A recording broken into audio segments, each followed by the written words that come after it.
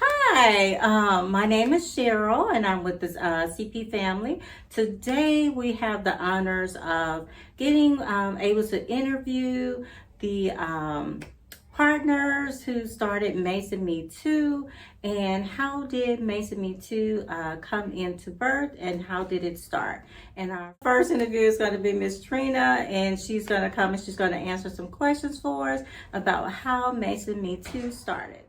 So, hi, Miss Trina. Today we're going to ask some questions in regards to Mason Me Too.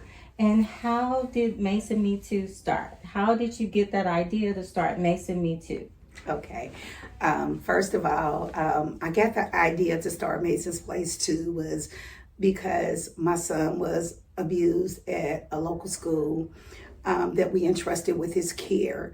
It started off where he didn't want to go to school. He started basically hiding when it was time to go to school. And basically we said, okay, we think it's the bus, the bus system. And we started taking him to school. We stopped with the bus and it still was like when we got close to the school, at the time my son was nonverbal. And so when we got close to the school, my son would try to get out the van. How did that make you feel? I was devastated as a parent of a child who could not communicate his wants and needs. I'm like, there's something that's got to be going on. So basically I had taken him to a psychiatrist and basically she was doing play therapy with him. And on one of her sessions on the floor doing play therapy with him, basically he started repeating, some language that we didn't use. Basically one of the language was retarded. And so basically she was like, Mom, she's like, is this the type of language you guys use in your home? I was like, absolutely not.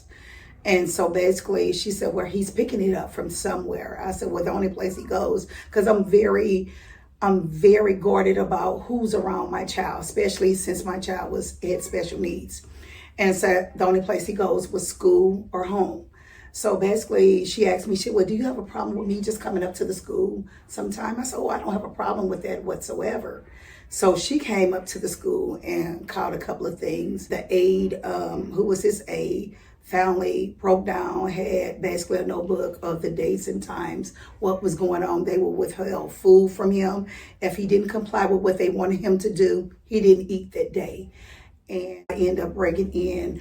I contacted the Office of Civil Rights of Education, and they came down here from Chicago and came into the school. We contacted DCFS as well. And basically, a long story short, it was a correction of action, they had to do. So basically, I started okay, I felt as if school was not a safe place for my son to go.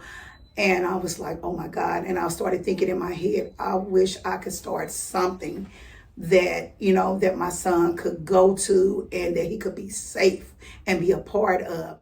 Later on, it took a while, but I was introduced to my bonus family member, what we call AKA Mr. Dad.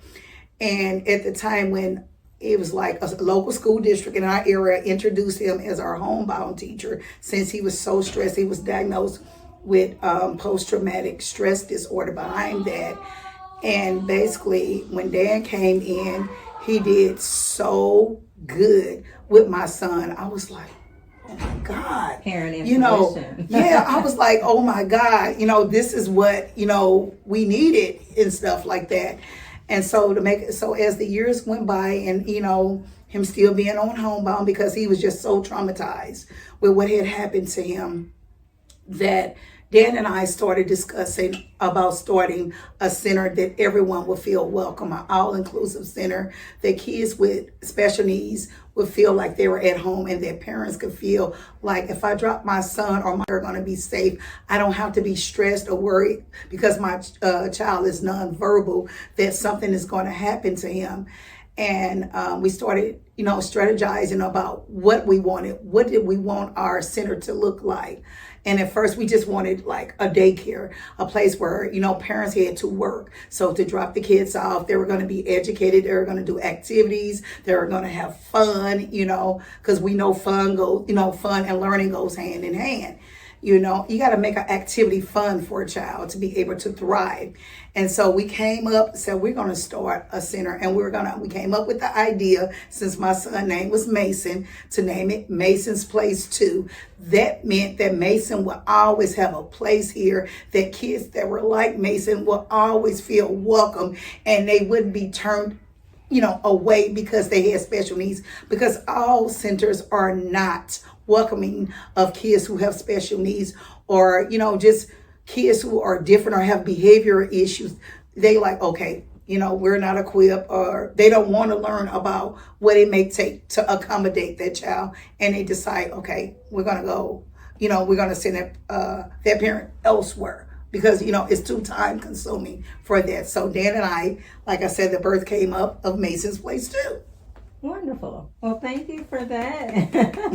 Thank you, and I really appreciate it. So our next guest is going to be Dan. Now, Dan has all the information. We think so, right? He got most of the information about autism. He's going to talk to us a little bit about autism and what that entails and what that consists of, and the patience and knowledge that he has, he's going to share with us. And Dan's going to be our next person to come up. Dan, your turn. Hi, Dan, can you introduce yourself? Okay, my name is Dan Milan. And Dan, what is your specialty? What is your special in Okay. regards to autism? Okay, well, I've been in special education for 45 years, and I've concentrated on teaching autistic children. And I've also done some work with severe and profoundly handicapped individuals. So I've seen the gamut of special education, from very, very low functioning to regular functioning, but with social difficulties and language difficulties. And what are some things that you could share with us that can help us to know if we feel that our child has autism or some type of special need that we would have to bring to the attention of the school? And what steps should we take? Okay, first of all, if your child is either a very good baby or a very bad baby, that means, like, if they cry all the time or they don't cry at all, that's an indicator that something is wrong. They don't have this medium mood or medial mood. And another thing would be their eye contact and how they pay attention to things. And usually 18-year-olds are judged, when their second birthday is, they're judged as to their social reactions and their eye reactions and that sort of thing. And at that time, then you would seek out the advice of a psychiatrist or a psychologist who could diagnose autism. And then you may get your school into a school program or a preschool program. So would we go to like the school psychologist, or do they have those type of programs at a school to a parent can kind of go to that place to seek some help? Or Yes, I'd go to the school, and if they have that sort of program, they will provide it. However, in this state, if they don't provide it, then you have to go to a localized center. They're still sort of segregated as to the autistic children. However, some are mainstreamed and they have the ability to interact with others. okay, and then you have some, so the mainstream, they can still go to regular school, interact with other children, and the children that's not able to interact with other children? Okay, well, there are 3 levels of autism. The first is very low functioning, and the third level is very high functioning. With the low functioning, they're usually in a more segregated class and will function with lower segregated people and so on. And the higher functioning, they will try to get them integrated into a higher functioning class. So with the higher function, they're mainly able to go through regular school? Self-contained class, okay. In which the lower functioning are usually with their own peers and that sort of thing. However, many times they may try and integrate these people into other classes depending on their ability. And the higher functioning kids, they are usually in another class. They might have a homeroom where it would just be that sort of individual, but then they would be integrated into other classes. Ah, wonderful. Okay. So, what you're saying is basically you can kind of see how your kid interacts, their behavior. Right, their behavior and their interactions as a child. And autism is not a physical thing that you can detect by visually looking at a kid. You have to observe their behavior. Is their behavior erratic? Do they have any stereotypies, which would be rocking or flapping? Or, is their eye contact regular or not regular? Is their interactions with other people spontaneous or not spontaneous? So, what should you suggest? Do you think like sensory toys? Is there a way to like patience? How would you interact with a child with autism? Is it something that you could use to help the child to kind of be able to interact with other children, or is it the child just kind of isolates themselves? Okay, well, there's two methods of dealing with this. Number one is like ABA therapy, in which you seat the child in front of you and have him just sit there with hands down, have his feet firmly on the floor and looking at you. And then you reinforce that with some sort of edible reinforcer. And then later on, some other type of reinforcer, which would be either tactile and eventually social. And the other way of doing this would be what they call the sunrise program, in which you interact with the child upon the floor and kind of get down and do what he does, and he does what you do. And both of these methods have been somewhat successful, and especially the ABA. I guess they thought that about 80% of the individuals who had that treatment were successful later. So, would a child with autism be able to speak, or? Okay, a child with autism. Now, he may not be able to speak, he may be mute, and he may develop primitive language later. Or he can be what they call echolalic. Now, that involves two things. It's either echolalia or it's what they call delayed echolalia. The immediate echolalia is where he repeats what a person says immediately after they say it. And usually what this means is, I don't know, in other words. And the other one would be mitigated echolalia, which is kind of a combination of the two. So, is it best just to have patience with the child with autism? Yes. Are you able to communicate? Like, should we learn sign language? Okay, I recommend using of sign language. Sign language. That is very good because the kids can see that, and it's in the motor realm, so it's more easily reproducible. Whereas, if you talk to a kid, the reproducing those movements is rather suspect. So, a child with autism that's unable to communicate, it's best to kind of learn sign language to kind of communicate with your child, and then just patience is the key to assisting that child with learning and being able to, say for instance, they say your child is about 8 or 9 months old, and your child could be 3 or 4 years old, and some parents or teachers or some other centers don't have the patience.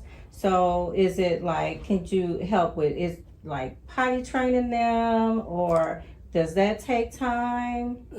Yes, potty training is also necessary. Usually autistic kids are somewhat behind in that area. And you have to do every so often you just go to the bathroom. So it's best to just take them, like, or you mean like get them on a time schedule? Yeah, you either get them on a time schedule, or you can see when they have to go and then kind of go 15 minutes before that period. Is it easy to get them to sit on the pod, or is it something that they might not want to do? Okay, that depends upon the individual. There are those that will sit on the not, and then there are those that will not. And however, in that case, what you do is take some sort of reinforcing thing in there, such as a tactile item and so on, sit on the toilet, and then you can have the doll or whatever it is. So, best thing to do, patience, interact, and nighttime, is there a routine we could use to kind of help the parents with getting kids to bed, like with nighttime routines? Yes, a routine right before bed is very important. You might have soothing music in the background and then kind of go through a ritual, of, first we get this off, then we put on our jammies, and then we might say a prayer or whatever, and then we hop into bed, and So what do you think about the heavy blankets? I've heard Yes, heavy blankets. Is any blanket okay, or is it a blanket you just say for autism? Is it specially made or just a blanket? A heavy blanket it's definitely heavier than a regular blanket, and that also helps soothe kids and helps calm them down. That would involve, it's what they call the protopathic system, in which there is weight upon the body, and that sort of weight is always necessary for them. And that's, for instance, like when there's low pressure in the atmosphere, there's less pressure upon the body, and that also affects their behavior. Oh. Thank you, Dan. We appreciate you. We had the pleasure of speaking with Dan. He explained to us some scenarios in regards to autism and what steps we can take with our kiddos with autism and how we can help our kiddos interact with other people, as well as how can we interact with our kids with autism. And Miss Vanya is going to take us through a little bit of how she interacts with the kids, how does she teach kids with autism, and what steps she takes to interact with her children. So today we would like for you to go take us through what is your daily routine? How do you interact with the kids with autism? So what is your morning, afternoon, and what is your evening like, with your kiddos? All right, so our days, we do follow a routine because our children need structure. They are they have that clock inside of them. They know what is supposed to be at what time. And, some days are better than the others. Some days we don't follow the schedules to the T, but that is the goal. They love their routine. So in the morning, we come in, we have our greeting time, we have breakfast, and then we go to circle time. And through circle time, we do the days of the week. We talk about how we feeling. We talk about what we did last night, like things to get the kids started. We sing songs. We get the kids motivated for the day. And then we go on to our exercise time. They love that movement breaks. It gets them moving, burn that energy. And we have been implementing either our ELA or match into the exercise time, Then we have our morning work. It's either we're gonna work on math in the morning, and then in the afternoon we do our languages and reading. And we work with the kids where they're at. If I have one child that is doing math problems that are like addition of 3 numbers, and the other child is only starting their 1 + 1 or 2 + 2, we work with, they're at their own time. There's no rushing our kids. They move at their own pace. So we are very passionate about what we do. Our whole staff, we love the mission that Mr. Dan and Miss Trina put up here. And what we do here is quite incredible. There's very little centers that actually take the time and patience to work with these children just because they have behaviors.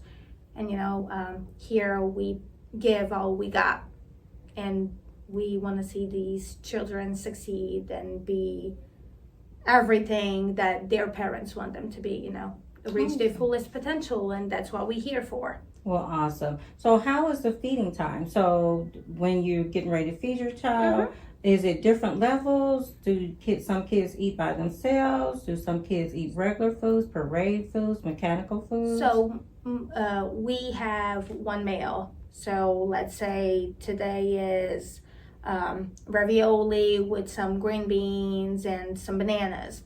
So most of our children are able to feed themselves. And the ones that are not, we are incentivizing them to, make fun. We will sit by them and, we have very picky eaters. That's one of the things. But it kind of rubs off on each other. They see some kids eating and I'm like, oh, why don't you try it?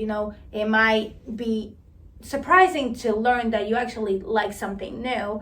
And our children have been trying new foods. And as a parent, I'm a parent of 2 girls myself. One of them very picky. And, introducing that little food and they end up liking it or they don't like it. And then, we know this child don't like this. So we will adjust to what we know they will eat.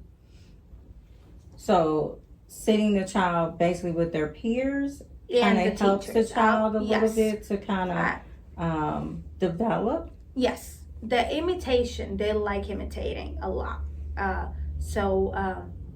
Let's say I will sit with them and they seen their peers, so they will want to try it. We actually have one child that he is starting to finally feed himself, and it has been amazing to see how we went from us feeding him to him seeing his friends are doing, so he can do it too. Wonderful. Yes. Thank you. You're welcome. Our activity today was about making a stegosaurus. Hello. Say hello, everybody. Hi. Do you guys want to show your art? Yeah, Let's see. try, but we tried. And Show them. What name is This is what I made today. What did you make today? I made that. You made that? What is that? What dinosaur? What dinosaur is this? What kind of dinosaur is that? Stegosaurus. What kind do you have? Stegosaurus. And That's what you got? yes.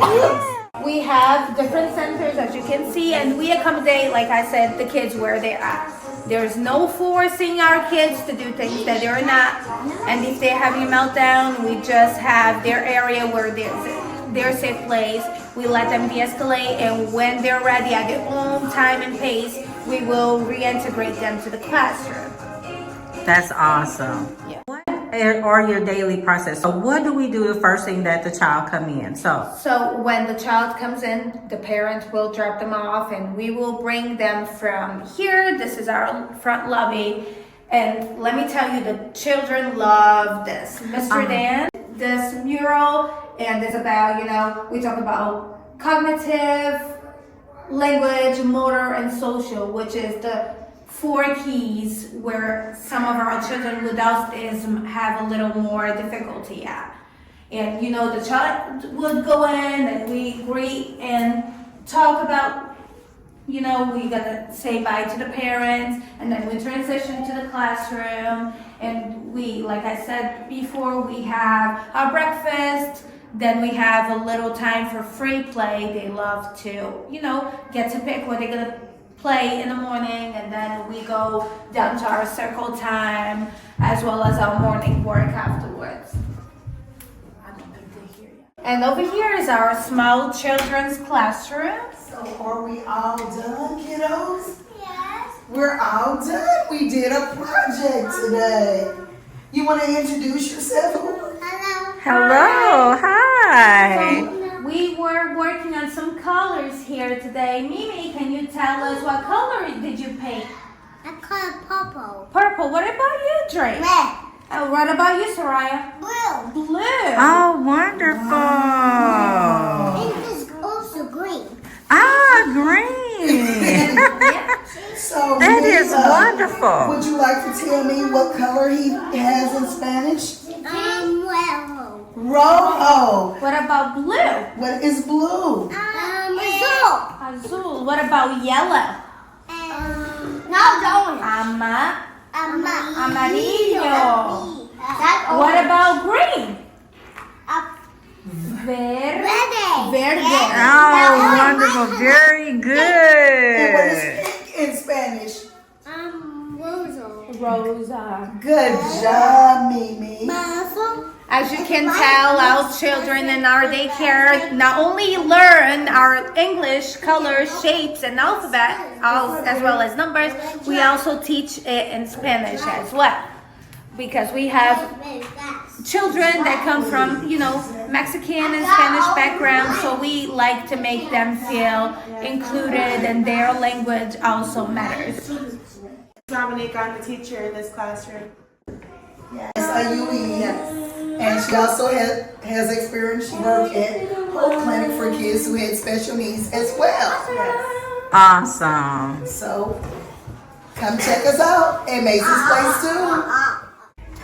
All right, and through here we have our game room. How children love coming here. We usually come at the end of the day, so they get to play or watch a movie and play video games, as well as, just sit down and relax. It's very, as you can see on the walls, decorated with things that the children love, as well as you can see back there, we actually have a table and some chairs. It's a project that one of our older children has been putting up. Like we said before, we meet the child where they at. And he's one of our oldest, so he loves putting things together. So we accommodate what our children love to do and what they need. Welcome to Mason's Place 2. We are an all-inclusive center for children with autism and other disabilities, as well as behavior problems. And we also take neurotypical children. As you can see, we are a team of right here. This is Miss Trina. She is part owner, and she's also the CEO of Mason's Place 2. We have in the middle Mr. Dan. He knows everything you need to know about autism.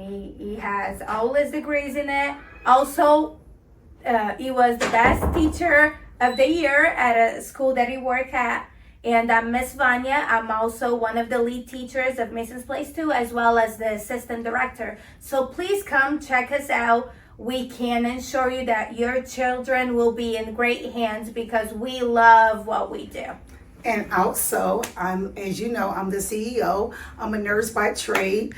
I'm also a previous pediatric nurse and also a psych nurse. So check us out at Mason's Place too, because you'll be glad you did.